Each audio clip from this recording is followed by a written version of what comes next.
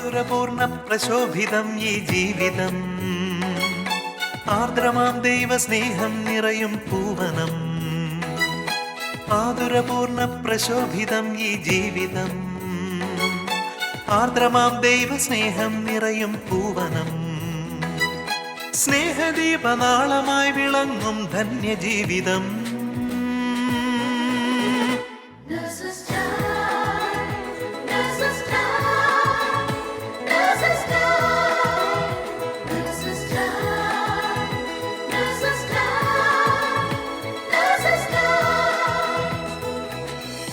ഒരു തേർഡ് പേഴ്സൻ്റെ ഇൻവോൾവ്മെൻറ്റോടുകൂടെ ലാബിൽ വെച്ച് ഉണ്ടാക്കിയെടുക്കുന്നതാണ്. അതാ കുഞ്ഞിൻ്റെ അഭിമാനത്തെ ടച്ച് ചെയ്യുന്നൊരു വിഷയമാണ്. ലാബിലിട്ട് ഡോക്ടർ ഉണ്ടാക്കിയതല്ലേ നിന്നെ എന്ന് ചോദിക്കപ്പെടാൻ ആരും ആഗ്രഹിക്കുന്നില്ല. കുഞ്ഞുങ്ങളിങ്ങനെ ബൾക്കായിട്ട് മാനുഫാക്ചർ ചെയ്യപ്പെടേണ്ടതല്ല, അല്ലെങ്കിൽ ആവശ്യമുള്ളതുപോലെ മാനുഫാക്ചർ ചെയ്യപ്പെടും. ഇനി ഇത് മാത്രമല്ല കേട്ടോ, ഈ കുഞ്ഞിനെ ശീതീകരിച്ച് സൂക്ഷിക്കും, പ്രിസർവ് ചെയ്തിട്ട് പിന്നീട് ഉപയോഗിക്കാൻ വേണ്ടി വെക്കും. സാങ്കേതികവിദ്യ എന്ന് പറയുന്നതുകൊണ്ട് മാത്രമായില്ല. ഇപ്പോൾ ഇത് പറഞ്ഞുകൊണ്ടിരിക്കുമ്പോൾ ചില ആൾക്ക് പറഞ്ഞു, അച്ഛൻ ഈ പറയുന്ന ടി വിയും ഈ ഉപയോഗിക്കുന്ന മൈക്കും ഒക്കെ സാങ്കേതികവിദ്യയുടെ പ്രോഡക്റ്റ് അല്ലേ? സത്യത്തിൽ നമ്മൾ നമ്മുടെ നാട്ടിലൊക്കെ ഈ പശുവിനെ കുത്തിവയ്ക്കുക എന്നൊക്കെ പറയുന്ന പോലത്തെ ഒരു കാര്യമാണ്. നമ്മളിത് പറയാൻ വിഷമമുണ്ട് നമുക്ക്. എങ്ങനെയെങ്കിലും ഒരു കൊച്ചിനെ കിട്ടിയാൽ സന്തോഷമാകും എന്ന് വിവേകമുള്ളവർ കരുതില്ല.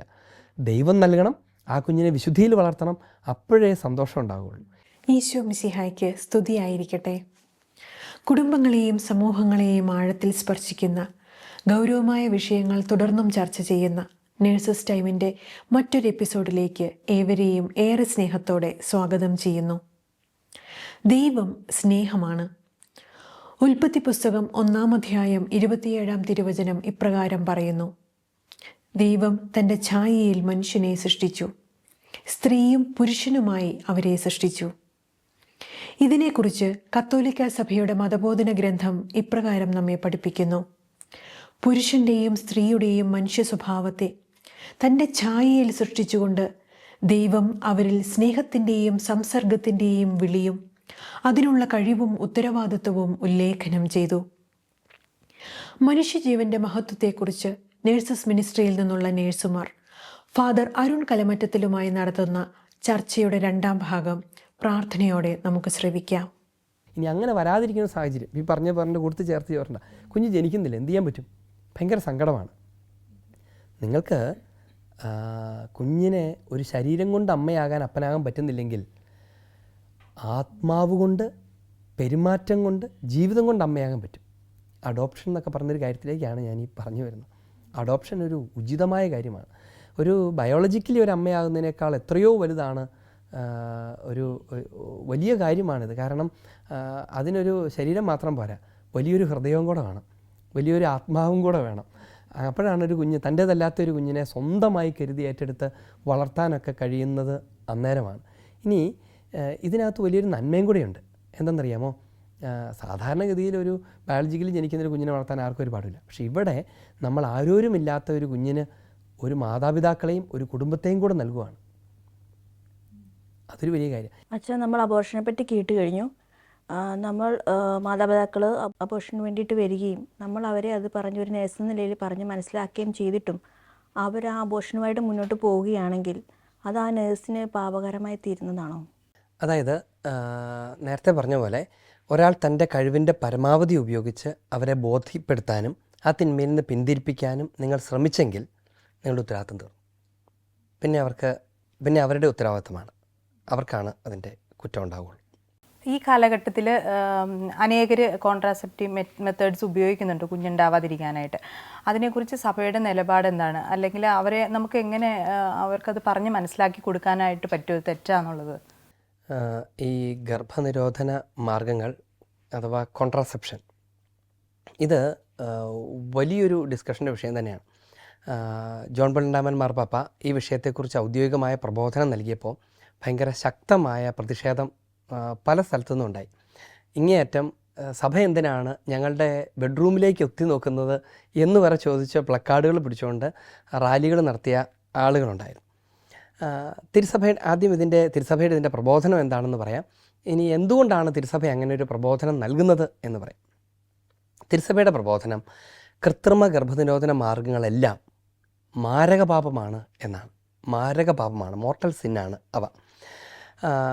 കൃത്രിമ ഗർഭനിരോധന മാർഗ്ഗങ്ങൾ എന്ന് പറയുമ്പം മറ്റൊരു മാർഗ്ഗം കൂടിയുണ്ട്. സ്വാഭാവിക മാർഗ്ഗങ്ങൾ എന്ന് പറയുന്ന 2 കാറ്റഗറിയാണുള്ളത്. ഇനി ഈ ആർട്ടിഫിഷ്യൽ കോൺട്രസെപ്ഷൻ അതൊരൊറ്റ കാറ്റഗറി അല്ല, അതിനകത്ത് പല തലങ്ങളുണ്ട്, പല മേഖലകളുണ്ട്.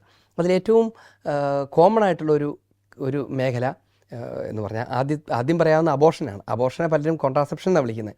പക്ഷേ കോൺട്രാസെപ്ഷൻ അല്ല, അഥവാ ഗർഭത്തെ നിരോധിക്കുകയല്ല, ജനിച്ച കുഞ്ഞിൻ്റെ ജനനത്തെ തടയുകയാണല്ലോ അബോർഷൻ എന്ന്. അത് കൊലപാതകമാണ്. അതുകൊണ്ട് അതിനെ നിയതമായ അർത്ഥത്തിൽ ഒരു കോൺട്രാസെപ്ഷൻ എന്ന് വിളിക്കാൻ പറ്റില്ല. എന്നാൽ അബോർട്ടീവ് മീൻസ് എന്ന് പറയുന്ന ഒരു ഗണം കോൺട്രാസെപ്ഷനുണ്ട്. അതായത് ആളുകൾ ശ്രദ്ധിക്കില്ല, പക്ഷേ നടക്കുന്നത് അബോർഷനായിരിക്കും.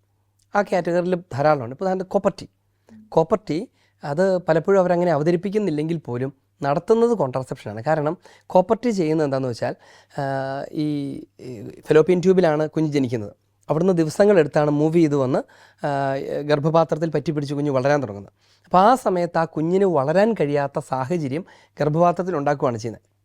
അപ്പോൾ അതിനു വേണ്ടിയിട്ടാണ് ഒരു T ഷേപ്പിലുള്ള കോപ്പർ ചുറ്റിയ ഒരു ഡിവൈസാണ് അവരതിന് ഉപയോഗിക്കുന്നത്. അപ്പോൾ സ്വാഭാവികമായി എന്ത് വരും എന്ന് പറഞ്ഞാൽ ആ കുഞ്ഞിനെ സ്വീകരിക്കാനായി ഒരുങ്ങിയിരിക്കുന്ന ഗർഭപാത്രം, റിസപ്റ്റീവ് മൂഡിലായിരിക്കുന്ന ഗർഭപാത്രം ആ കുഞ്ഞിനെ റിജക്റ്റ് ചെയ്യാനായിട്ട് ശ്രമിച്ചുകൊണ്ടിരിക്കും. അതായത് ഗർഭപാത്രത്തിൽ എന്ത് കടന്നാലും ഒരു ഫോറിൻ ഒബ്ജക്റ്റിനെ അസിമുലേറ്റ് ചെയ്യാത്തതുകൊണ്ട് അതിനെ പുറന്തള്ളാൻ ശ്രമിച്ചുകൊണ്ടിരിക്കും. സ്വാഭാവികമായി ആ കുഞ്ഞ് അവിടെ വളരാൻ കഴിയാതെ പുറത്താകും. ഇനി ഏതെങ്കിലും കുഞ്ഞ് അവിടെ വളരാൻ ശ്രമിക്കുകയാണെങ്കിൽ അതിനെ കൊല്ലുകയും കൂടെ ചെയ്യാൻ കഴിയുന്ന വിധത്തിലാണ് കോപ്പർ, അതിൻ്റെ ഓക്സിഡൈസ്ഡ് ഫോം, അതിൻ്റെ പോയിസൺ ഒക്കെ ഉപയോഗിക്കുക. ഇങ്ങനെ തുടങ്ങുന്ന കുറേ ഗൂഢോദ്ദേശങ്ങൾ ഇതിനകത്തുണ്ട്. ഇനി മാത്രമല്ല, ഇത് നിരന്തരം പുറപ്പെടുവിക്കുന്ന ഈ കോപ്പറിൻ്റെ റിയാക്ഷൻസൊക്കെ മൂലം ക്യാൻസർ ഉണ്ടാകുന്നവരുണ്ട്. അത് യൂട്രസൊക്കെ പഴുത്തും അത് താഴെ പുറത്തു പോയി അങ്ങനെ മരിക്കുന്ന ആളുകളുണ്ട്. പക്ഷേ ഗവൺമെൻറ്റുകളൊക്കെ കൊടുക്കുന്ന നിർദ്ദേശം അങ്ങനത്തെ ഒരു കേസിനെ കോൺട്രാസെപ്ഷൻ്റെ ഫെയിലിയർ എന്ന് എഴുതരുത് എന്നാണ്. അതൊരു യൂട്രസിൻ്റെ പ്രോബ്ലം കൊണ്ട് മരിച്ചു എന്നുള്ള പേരിലൊക്കെ എഴുതണമെന്നാണ് പലപ്പോഴും രഹസ്യമായി കൊടുക്കുന്ന നിർദ്ദേശങ്ങളൊക്കെ. അപ്പം അങ്ങനെ ഗവൺമെൻറ് വല്ലാതെ ഇതിനെ പ്രോത്സാഹിപ്പിക്കുന്നു. ഇതൊരു നല്ല കാര്യമാണ്, നിങ്ങൾക്ക് വളരെ സിമ്പിളായിട്ട് ഇഷ്ടമുള്ളപ്പോൾ എടുത്താൽ മതിയല്ലോ എന്നൊക്കെ പറഞ്ഞ് അവതരിപ്പിക്കുകയൊക്കെ ചെയ്യുന്നു. പക്ഷേ യഥാർത്ഥത്തിൽ ഇത് കോൺട്രാസെപ്ഷൻ എന്നതിനേക്കാൾ അബോർഷനാണ് നടത്തുന്നത്. അതുപോലെ തന്നെ ഗർഭനിരോധന ഗുളികകൾ എന്നൊക്കെ പറയുന്നത് പലതും ഗർഭനിരോധനമല്ല നടത്തുന്നത്. ഇപ്പം 72 മണിക്കൂറിനുള്ളിൽ കഴിച്ചാൽ മതി എന്നൊക്കെ പറയുന്നതില്ലേ, അവ ശരിക്കും ചെയ്യുന്നത് ഏറ്റവും ഏർലി സ്റ്റേജിലുള്ളൊരു കുഞ്ഞിനെ കൊല്ലാൻ മതിയായ പോയിസണാണ് ഉപയോഗിക്കുന്നതെന്നാണ്. അതുപോലെ ചിലത് ഹോർമോൺ മരുന്നുകളുണ്ട്. അപ്പോൾ അതിൻ്റെ എഫക്റ്റ് കൊണ്ട് കുഞ്ഞിന് ഗർഭപാത്രത്തിൽ വളരാൻ കഴിയാത്ത സാഹചര്യം ഒരുക്കുന്നു. അങ്ങനെ ചെയ്യുന്നതൊക്കെ ശരിക്കും പറഞ്ഞു കഴിഞ്ഞാൽ കൊലപാതകങ്ങളാണ്. അവയെ ചുമ്മാ കോൺട്രാസെപ്ഷൻ എന്ന് വിളിക്കാൻ പറ്റില്ല. അപ്പം ഒരു പ്രധാനപ്പെട്ട ഒരു കാറ്റഗറി മുഴുവനും ഈ അബോർട്ടീവ് മീൻസാണ്. ഇനി രണ്ടാമത്തേത് മ്യൂട്ടിലേഷൻ മീൻസാണ്. അതായത് വാസക്ടമി, ട്യൂബക്ടമി ഒക്കെ പോലത്തെ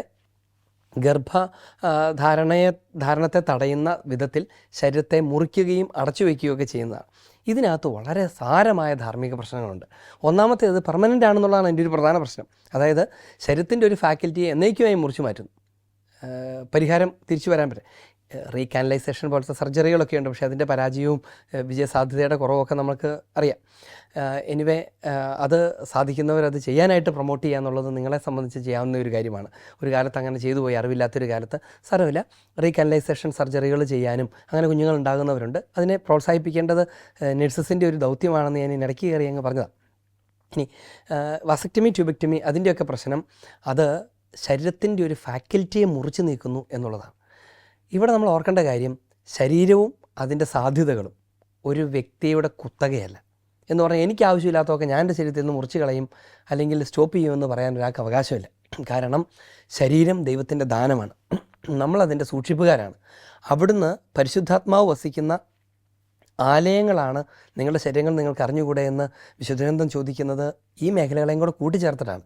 അപ്പോൾ ഒരു വ്യക്തിക്കും തൻ്റെ ശരീരത്തിൻ്റെ ഒരു സാധ്യതയെ മുറിച്ചു മാറ്റാനുള്ള അവകാശമില്ല. ഇനി എന്തിനാണ് മുറിച്ചു മാറ്റുന്നതെന്ന് ആലോചിച്ചാലോ. എന്തിനാണ് അങ്ങനെ ചെയ്യുന്നത്? കുഞ്ഞുണ്ടാവും എന്നൊരു ഭയമില്ലാതെ ജീവിക്കാൻ വേണ്ടിയിട്ടാണ് എന്ന് പറഞ്ഞാൽ, ഞാൻ ഈ പറയുന്ന വാക്കുകൾ ഇച്ചിരി കടുത്തതാണ്.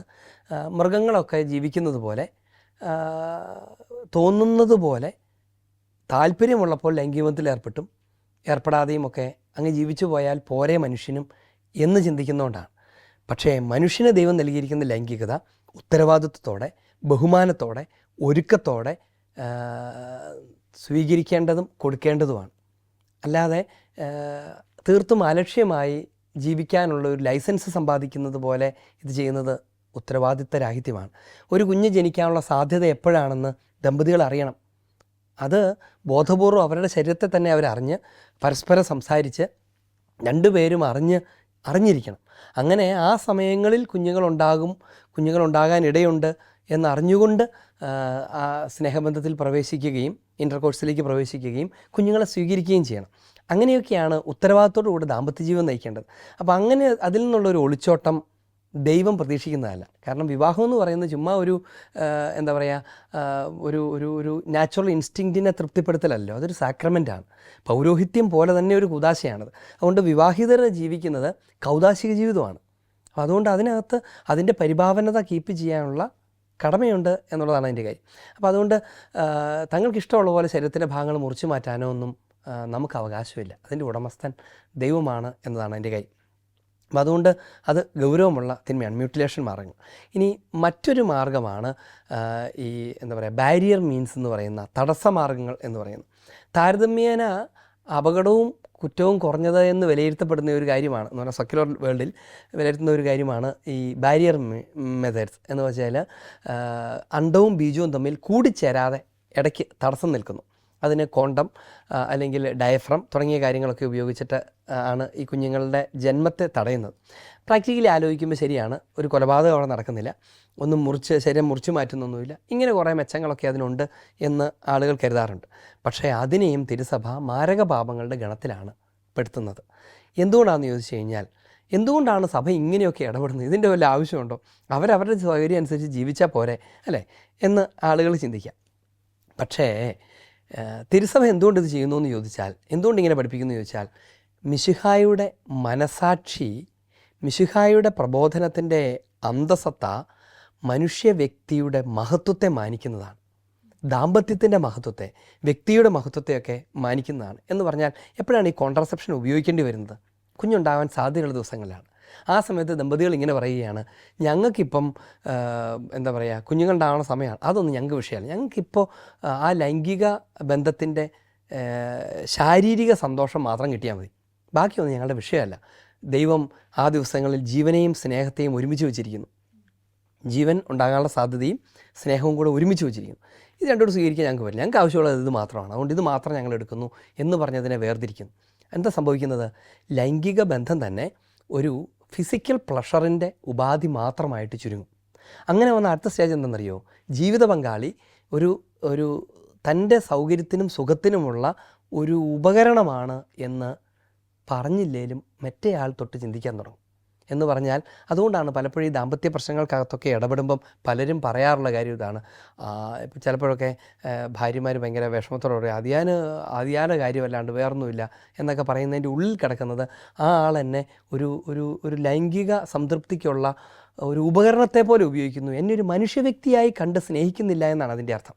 അപ്പോൾ ലൈംഗിക സുഖത്തിന് വേണ്ടി മാത്രം മറ്റൊരാളെ അപ്രോച്ച് ചെയ്യുന്നു, അതിനുവേണ്ടി ഏതറ്റം വരെ പോകുന്നു, അതിന് മുറിച്ചു മാറ്റുന്നു, ഏത് ഡിവൈസും ഉപയോഗിക്കുന്നു എന്നൊക്കെ പറയുന്നത്, അത് യഥാർത്ഥത്തിൽ ദാമ്പത്യത്തിന് ഒരു പരിശുദ്ധിയുണ്ട്, അതിനൊരു റെവറൻസ് ഉണ്ട്, അതിനൊരു ഡിഗ്നിറ്റി ഉണ്ട്.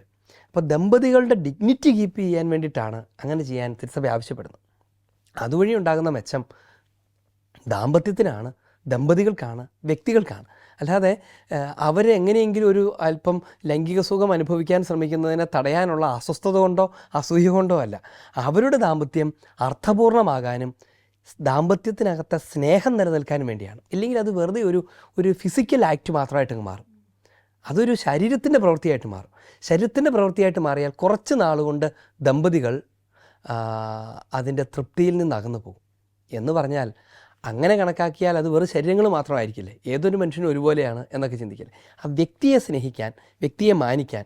ഓക്കെ, ഒരു ഭർത്താവ് ഭാര്യയോട് പറയുകയാണ്, നിൻ്റെ ശരീരം ഇപ്പോൾ കുഞ്ഞിന് ജന്മം കൂടെ കൊടുക്കാൻ കഴിയുന്ന അവസ്ഥയിലാണായിരിക്കുന്നത്, ഐ റെസ്പെക്റ്റ് ഇറ്റ്. ആ സമയത്ത് കുഞ്ഞുങ്ങളെ സ്വീകരിക്കാൻ ആഗ്രഹിക്കുന്നു എന്നതുകൊണ്ട് പ്രാർത്ഥനാപൂർവ്വം ഞങ്ങൾ ലൈംഗിക സംയോഗത്തിലേക്ക് പ്രവേശിക്കുകയും ആ സ്നേഹത്തിൽ നിന്ന് കുഞ്ഞ് ജനിക്കാനായിട്ട് ഞങ്ങൾ ആഗ്രഹിച്ച് ഒരുങ്ങുകയും ചെയ്യുന്നു.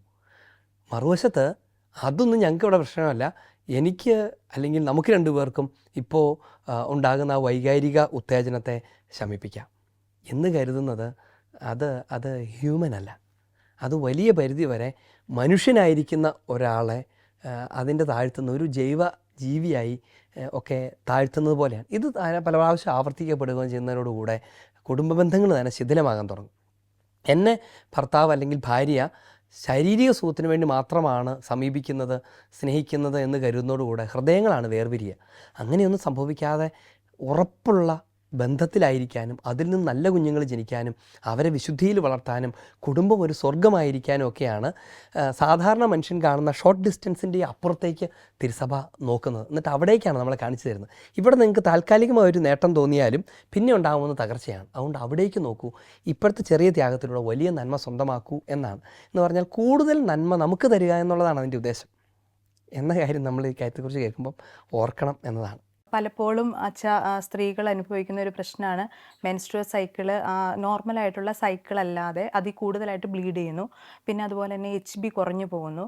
അപ്പോൾ അങ്ങനെയുള്ളൊരു സമയത്ത് നമ്മൾ ഈ നൂതന സാങ്കേതിക വിദ്യയിൽ പല ഡിവൈസുകളും ഗർഭപാത്രത്തിൽ നിക്ഷേപിക്കുകയും ചെയ്യുന്നുണ്ട്. അതപ്പോൾ ഒരു നോർമലായിട്ടുള്ള കുഞ്ഞുങ്ങളുണ്ടാവുന്ന ഒരു പ്രക്രിയയെ തടയുന്നുണ്ട്. അപ്പോൾ അതിനെക്കുറിച്ച് എന്താണ്, അത് ഉപയോഗിക്കുന്നതുകൊണ്ട് തെറ്റുണ്ട്, അതിനെക്കുറിച്ച് എന്താണ് നമുക്ക് പറയാനുള്ളത്?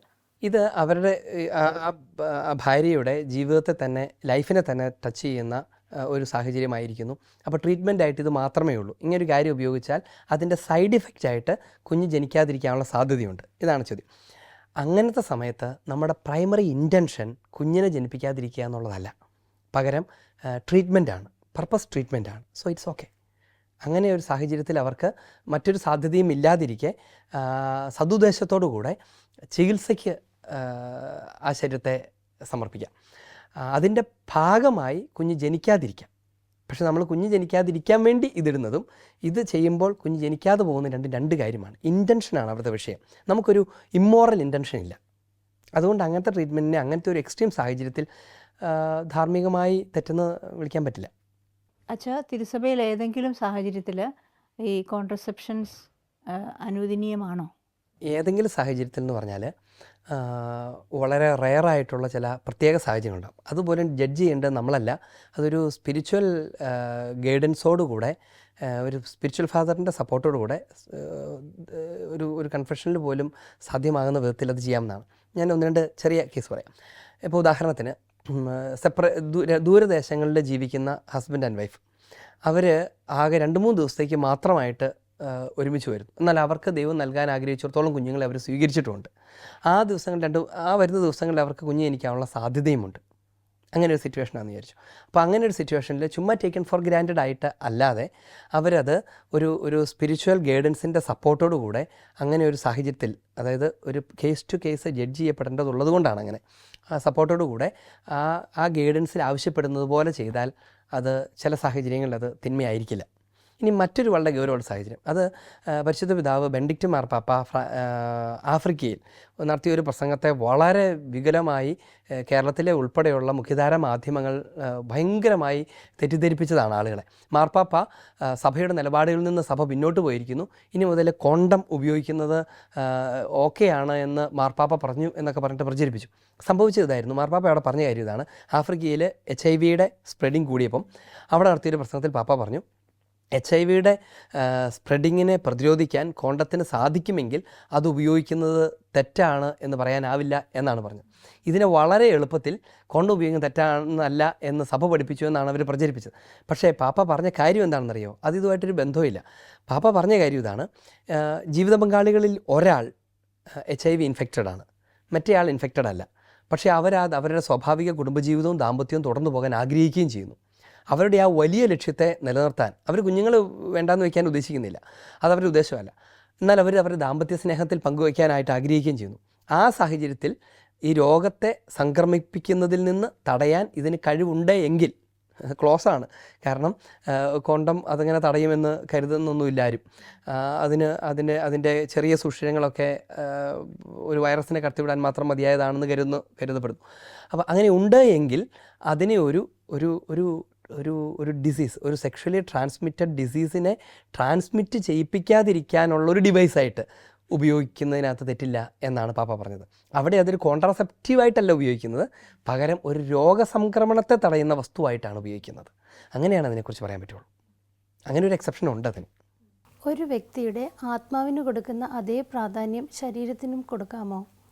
ഇതൊരു വളരെ വിശാലമായ ചോദ്യമാണ്.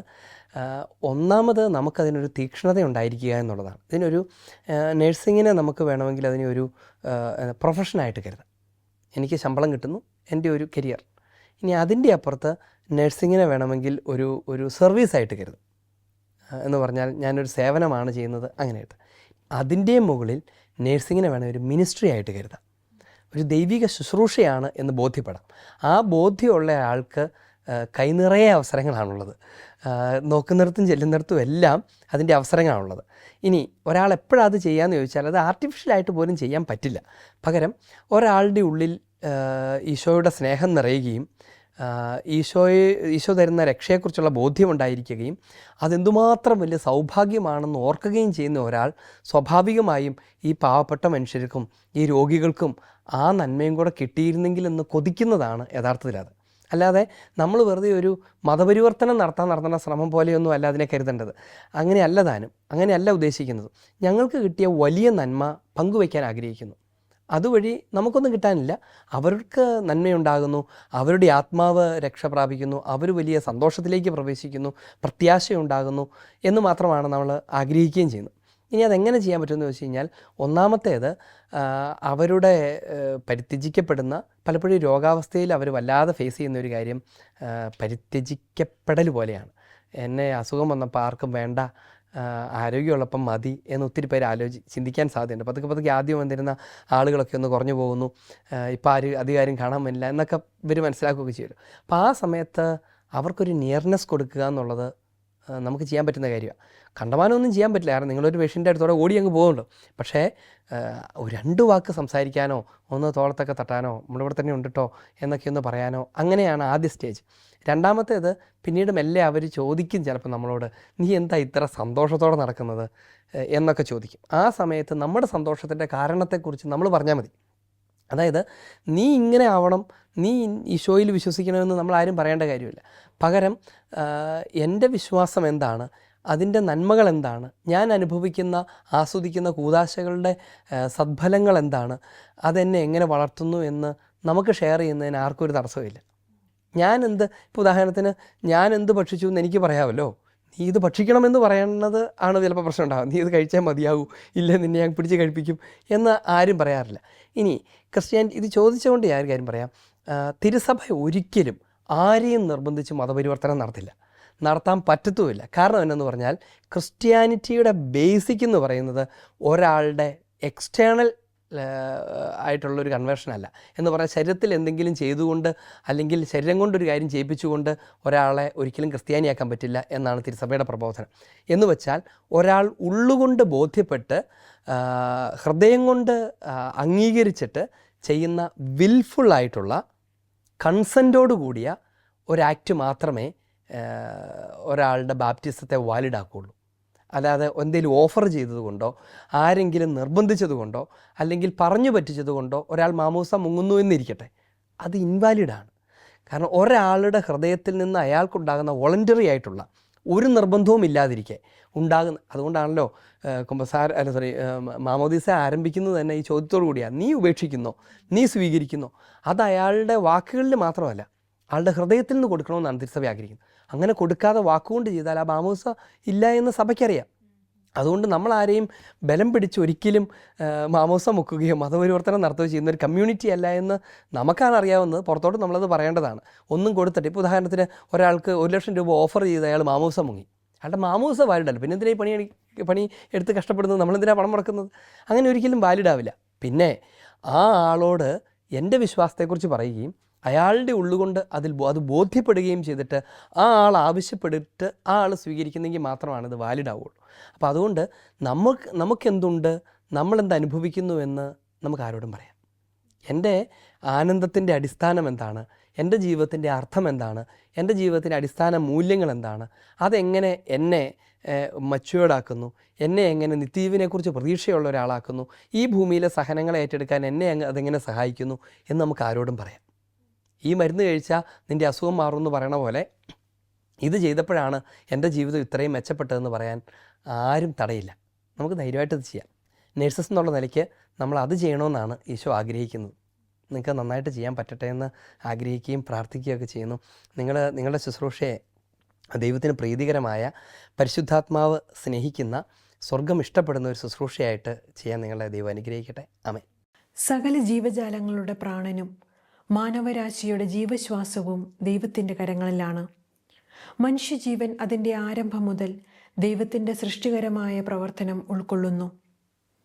മനുഷ്യജീവനും അത് പകർന്നു കൊടുക്കാനുള്ള കടമയും ഭൗമിക ജീവിതത്തിൻ്റെ ചക്രവാളത്തിൽ മാത്രം ഒതുങ്ങി നിൽക്കുന്നതല്ല എന്ന് നമുക്ക് ഉറച്ചു വിശ്വസിക്കാം. അനുദിന ജീവിതത്തിൽ ജീവൻ്റെ മഹത്വത്തെക്കുറിച്ച് കൂടുതൽ മനസ്സിലാക്കുന്നതിനും അത് മറ്റുള്ളവർക്ക് പകർന്നു കൊടുക്കുന്നതിനും നമുക്കാവട്ടെ. അതിനുള്ള കൃപയ്ക്കായി ലോകമെമ്പാടുമുള്ള എല്ലാ നേഴ്സുമാരെയും അവരുടെ കുടുംബങ്ങളെയും പരിശുദ്ധ അമ്മയുടെ വിമല ഹൃദയം വഴി ഈശോയ്ക്ക് സമർപ്പിച്ചുകൊണ്ട് നമുക്ക് പ്രാർത്ഥിക്കാം. ഓരോ നേഴ്സും ഒരു വിശുദ്ധനായി, ഒരു വിശുദ്ധയായി തീരട്ടെ. ആമേൻ. ദൈവമാതാവും ഞങ്ങളുടെ അമ്മയുമായ കന്യകാമറിയമേ, ഫാത്തിമാനാഥേ, എൻ്റെ കുടുംബത്തെയും തിരുസഭയെയും മാനവകുലത്തെയും ലോകമെമ്പാടുമുള്ള നേഴ്സുമാരെയും അങ്ങേ വിമല ഹൃദയത്തിന് പ്രതിഷ്ഠിക്കുന്നു. അങ്ങേ ശക്തിയുള്ള സംരക്ഷണത്തിൽ ഞങ്ങളെ കാത്തുകൊള്ളണമേ. ആത്മീയവും ശാരീരികവുമായ സകല അപകടങ്ങളിലും ക്ലേശങ്ങളിലും നിന്ന് ഞങ്ങളെ രക്ഷിച്ചു കൊള്ളണമേ. എല്ലാറ്റിലും ദൈവേഷ്ടം കണ്ടെത്തി നിറവേറ്റുവാനും യേശുവിൻ്റെ തിരുഹൃദയത്തിന് പ്രീതികരമായ വിധത്തിൽ ജീവിച്ച് സ്വർഗഭാഗ്യത്തിൽ എത്തിച്ചേരുവാനും കാരുണ്യനാഥേ, ഞങ്ങളുടെ സ്നേഹമുള്ള അമ്മേ, ഞങ്ങളെ സഹായിക്കണമേ. ആമേൻ.